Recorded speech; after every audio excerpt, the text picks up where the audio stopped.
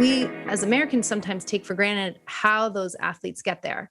In other countries, these things are, whether it's, physical therapy and certain healthcare needs that all of us athletes know what we have to go through as age groupers. Where does that come from? Learning more about the foundation, it made me realize, well, this is really important. Like, we need to pay attention. We like to see USA up there, then got to back it. I would say that the foundation's work, I want to touch on each of those three pillars to talk about things that I've had the ability to participate in, and I'll call out a couple of different organizations.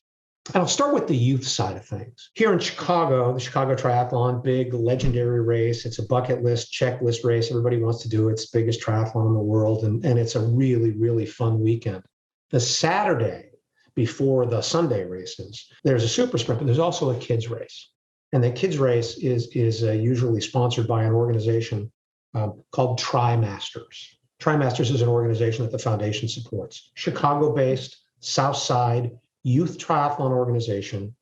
It's a classic old model, off the street and into safety and mentoring and tutoring and healthy mind and healthy body, but doing, in this case, through triathlon. The other thing, I've talked about the Olympic side of things, but I want to talk about the Paralympic side of things and the para-triathlete piece of things. Another one of the organizations that we support, Chicago-based organization called Dare to Try. Dare to Try was founded by Melissa Stockwell, and Melissa's on our board. And if you watched each of the last two Paralympics, you saw Melissa. Melissa was served in the United States Army and was the first woman to lose a limb in combat.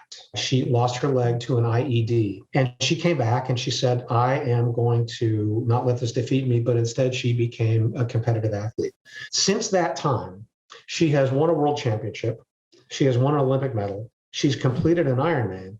And probably most significantly, she founded this organization called Dare to Try, which helps adaptive athletes, starting with military, but it's expanded beyond that, get into triathlon with camps, with the availability of coaching and equipment. And I mentioned earlier, I've done probably, I think it's 127 is the actual number of races, but it's a lot. And if you ask my family, probably it's too many, although they're wonderfully supportive. And I've had the good fortune to finish 2 Ironmans and to go to the World Championships and finish there twice. The most important finish line I ever crossed was at Leon's Triathlon in 2018 with a guy by the name of Val Chavez, who was a U.S. Army veteran, who was visually impaired. And I got to guide him. I got to go across the finish line with Val, this decorated U.S. veteran who's blind.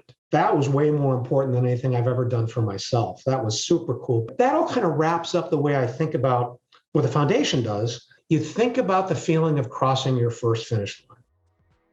And what we try to do is work to give people that feeling. People who thought they might never be able to start.